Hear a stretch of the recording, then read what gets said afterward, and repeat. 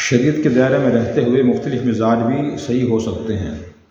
اس لیے آدمی کا ذہن یہ نہیں ہونا چاہیے کہ جو میرا مزاج ہے تو وہی بالکل بیائی نہیں شریعت ہے، اور اس کے خلاف جس کا بھی مزاج ہے وہ غلط ہے۔ ایسا نہیں ہے۔ بعض اوقات مختلف لوگ مختلف طرز عمل اختیار کرتے ہیں ایک ہی کام کے بارے میں، اور وہ شرعی نقطہ نظر سے سب ٹھیک ہوتے ہیں۔ اس کے میں ایک واقعہ عرض کرتا ہوں۔ ہندوستان میں یعنی پاکستان بننے سے پہلے ایک شخص نے ایک اللہ والے سے پوچھا کہ حضرت میں نے سنا ہے کہ اللہ والوں کے رنگ اور مزاج مختلف ہوتے ہیں، تو مجھے آپ ذرا دکھائیں اور بتائیں کہ مزاج اور رنگ مختلف کیسے ہوتے ہیں۔ جیسے پھولوں کے رنگ مختلف ہوتے ہیں، خوشبو مختلف ہوتی ہے، سارے پھول اچھے ہوتے ہیں۔ شاعر نے کہا گل ہائے رنگا رنگ سے رونق کے چمن، اے ذوق اس چمن کو ہے ذیل اختلاف سے، کہ مختلف رنگ کے باغ میں پھول ہوں تو وہ خوبصورتی پیدا کرتے ہیں۔ تو اس شخص نے کہا مجھے بتائیں اور دکھائیں کہ اللہ والوں کے رنگ اور مزاج مختلف کیسے ہوتے ہیں۔ جن سے سوال کیا کہ انہوں نے منع کیا کہ بھئی یہ کوئی آپ بہت اہم مسئلہ نہیں ہے، آپ کوئی شریعت کا فرض واجب کام پوچھیں اور اس کی طرف متوجہ ہوں۔ انہوں نے کہا کہ نہیں جی، آپ مہربانی فرمائیں مجھے بتائیں کہ اللہ والوں کے رنگ اور مزاج اور طرز عمل مختلف کیسے ہوتے ہیں۔ تو دلچسپ واقعہ ہے۔ تو انہوں نے فرمایا کہ آپ دہلی کی جامع مسجد جائیں اور وہاں 3 بزرگ آپ کو عبادت کرتے ہوئے نظر آئیں گے۔ آپ نے جا کر یہ کام کرنا ہے کہ ہر بزرگ کی کمر پر ایک مکہ مارنا ہے اور اس کے مقابلے میں کچھ اور طرز عمل اختیار نہیں کرنا، پھر آ کے مجھے بتانا ہے کہ انہوں نے کیا رد عمل دیا۔ چنانچہ یہ شخص گئے اور جا کر انہوں نے پہلے دیکھا وہاں دہلی کی جامع مسجد میں 3 بزرگ عبادت کر رہے تھے۔ انہوں نے جا کر ایک کی کمر پر مکہ مار دیا۔ جیسے ہی مکہ مارا تو وہ بزرگ کھڑے ہوئے عبادت چھوڑ کر ان کی کمر نیچے کی اور ان کی کمر پہ ایک مکہ مار دیا، اور مکہ مار کے وہ عبادت میں مصروف ہو گئے۔ پھر انہوں نے دوسرے کی کمر پہ مکہ مارا تو انہوں نے ان کی طرف دیکھا ہی نہیں، جاگ رہے تھے لیکن دیکھا نہیں، نہ پوچھا کہ بھئی آپ کون ہیں، مکہ کیوں مارا، میرا کیا قصور ہے، کچھ نہیں پوچھا۔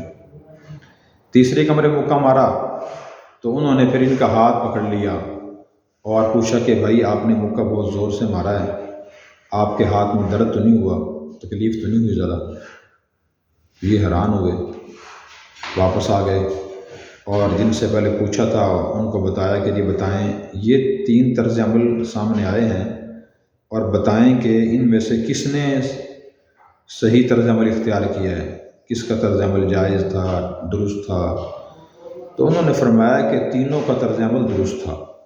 پوچھا وہ کیسے؟ عوام الناس کے ذہن میں یہ خیال ہوتا ہے کہ صحیح تو ایک کام ہو سکتا ہے، یہ بھی صحیح ہو، اس کا متضاد وہ بھی صحیح ہو، کیسے ہو سکتا ہے؟ یہ کام بھی جائز ہو اور اس کے برعکس اور متضاد دوسرا کام بھی جائز ہو، کیسے ہو سکتا ہے؟ یہ ہو سکتا ہے، بتاتے ہیں ابھی۔ تو انہوں نے فرمایا کہ جس شخص نے آپ کو مکہ مارا ہے اور انتقام لیا ہے انہوں نے درست کام کیا۔ وہ ایسے کہ حدیث قدسی ہے، اللہ تعالیٰ نے ارشاد فرمایا من عادى لي وليا فقد آذنته بالحرب، کہ جو شخص میرے کسی ولی سے دشمنی کرتا ہے میں اسے اعلان جنگ کرتا ہوں۔ تو اس شخص نے سوچا، یعنی پہلے بزرگ نے، کہ میں اللہ کی عبادت میں مصروف تھا اور اس شخص نے مجھے بلا وجہ مکہ مارا ہے، اب میرے سامنے 2 راستے ہیں، میں ان کو مکہ مار دوں یا اللہ پہ چھوڑ دوں کہ اللہ خود ان سے پوچھیں گے۔ اگر میں ان کو سے خود انتقام لے لیتا ہوں تو انتقام ہلکا معمولی سا ہوگا، اور اگر اللہ تعالیٰ نے انتقام لیا تو بڑا سخت ہوگا۔ قرآن کریم میں ہے ان بطش ربک لشدید، بے شک رب کی پکڑ بڑی سخت ہے۔ ان اخذہ علیم شدید، ایک اور جگہ ہے، یقیناً اللہ کی جو پکڑ ہوتی ہے وہ بڑی دردناک ہوتی ہے اور بڑی سخت ہوتی ہے۔ تو انہوں نے جو آپ سے انتقام لیا اور مکہ مار دیا، بدلے میں آپ پر احسان کیا ہے، آپ کو بڑی سزا سے بچا لیا۔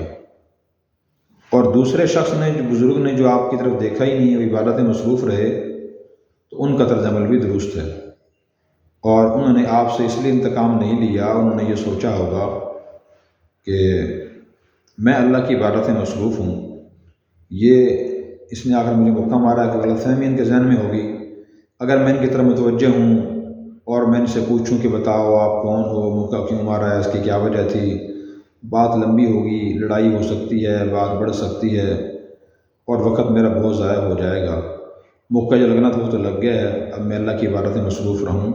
ان کی مثال ایسی ہے جیسے کہ شخص کو بادشاہ نے بلایا ہو کہ آپ میرے پاس آئیں، اور وہ شخص تیزی سے دوڑتا ہوا جا رہا ہو، راستہ میں اسے کوئی روکے کہ آپ ذرا ٹھہر کے میری بات سن لیں، تو یہ آدمی نہیں ٹھہرے گا، اس لیے کہ بادشاہ کا مقام بہت بلند ہے، اور بادشاہ نے کسی ضروری کام سے بلایا ہوگا، میں ضروری کام کروں، باقی کام بعد میں کروں گا۔ تو ان اللہ والوں کی مثال ایسی ہے کہ انہوں نے وقت ضائع کرنا مناسب نہ سمجھا، اللہ کی طرف متوجہ رہنا انہوں نے بہتر سمجھا، اس لیے ان کا طرز عمل بھی ٹھیک ہے۔ قرآن کریم میں ہے وَإِذَا مَرُّوا بِاللَّغْوِ مَرُّوا كِرَامًا، کہ جب اللہ والے اور نیک لوگ کسی بےہودہ کام کے پاس سے گزرتے ہیں تو شریفانہ طریقے سے، باعزت طریقے سے گزر جاتے ہیں۔ اور اسی طرح اور بھی آیات اور احادیث جن میں معافی کا درگزر کا درس دیا گیا ہے، اور فمن عفا واصلح فاجرہ علی اللہ، جو آدمی معاف کر دے آج اس کا اجر اللہ کے ذمہ ہے، تو ان کے ذہن میں شاید اس قسم کی آیات اور احادیث ہوں گی۔ اور تیسرے بزرگ نے جو آپ کو پکڑ کے ہاتھ پکڑ کے پوچھا کہ چوٹ تو نہیں لگی ذرا، تو ان پر رحمت اور شفقت کا غلبہ تھا، ان کا مزاج پیغمبرانہ مزاج قریب تھا۔ اللہ کے انبیاء علیہ السلام سارے ایسے ہی تھے کہ جب ان سے کوئی زیادتی کرتا تھا تو وہ برائی کا بدلہ اچھائی سے دیتے تھے، اور وہ یہ ان کی تعلیم ہے، سل من قطع، جو تم سے توڑے تم اس سے جوڑو، واعف عمن ظلمک، جو ظلم کرے اسے معاف کرو، واحسن الی من اساء الیک، جو تم سے برا سلوک کرے اسے اچھا سلوک کرو۔ تو انہوں نے یہ سوچا کہ مکہ تو اس نے مارا ہے، تو غلط فہمی کی کوئی ذہن میں ہوگی اس لیے مکہ مارا ہے، جیسے مکے سے مجھے تکلیف ہوئی ہے تو ان کے ہاتھ کو بھی تکلیف ہوئی ہوگی، تو اپنی تکلیف بھول گئے اور آپ کی تکلیف کو یاد رکھا، اور اس لیے شفقت سے پوچھا کہ آپ نے مکہ جو مارا ہے کوئی ذرا تکلیف تو نہیں ہوئی۔ دیکھیں 3 طرز عمل تھے اور تینوں درست تھے، قرآن و سنت کی بنیاد پر تھے، کہ کسی کو غلط نہیں کہہ سکتے۔ اس لیے علم انسان کا ذہن وسیع کرتا ہے، اور وہ بتاتا ہے کہ صرف ایک آدمی کا طرز عمل ہی درست نہیں ہوتا، بلکہ بہت سے طرز عمل بھی درست ہو سکتے ہیں۔ ہم یہ نہیں کہہ رہے کہ دنیا میں جو کچھ بھی ہو رہا ہے، جو لوگ کر رہے ہیں وہ ٹھیک کر رہے ہیں، نہیں، یہ جملہ غلط ہے کہ دنیا میں جو کچھ ہو رہا ہے، لوگ جو کچھ کر رہے ہیں وہ ٹھیک کر رہے ہیں، جو نماز پڑھتا ہے وہ بھی ٹھیک ہے، نہیں پڑھتا وہ بھی ٹھیک ہے، روزہ رکھتا ہے وہ بھی ٹھیک ہے، نہیں رکھتا وہ بھی ٹھیک ہے، یہ غلط ہے۔ اس طرح جو لوگ کہتے ہیں کہ جو حرام کما رہے ہیں وہ بھی ٹھیک ہیں، حلال کما رہے ہیں وہ بھی ٹھیک ہیں، یہودی بھی ٹھیک ہے، عیسائی بھی ٹھیک ہے، ہندو بھی ٹھیک ہے، سب ٹھیک ہیں، یہ بات درست نہیں ہے۔ بات ہم یہ بتا رہے ہیں کہ شریعت کے دائرے میں مختلف مزاج درست ہو سکتے ہیں۔ کون سا مزاج طرز عمل درست ہے، کون سا غلط ہے، یہ کوئی عالم بتائیں گے، ان کے پاس قرآن و سنت کا وسیع گہرا علم ہوتا ہے، وہ دیکھ کے بتائیں گے کہ یہ شریعت کے دائرے کے اندر کام ہے تو یہ درست ہے، شریعت کے اصولوں کے خلاف کام ہے تو یہ درست نہیں، غلط ہے۔ اللہ تعالی ہمیں وسعت نظر و فکر نصیب فرمائے۔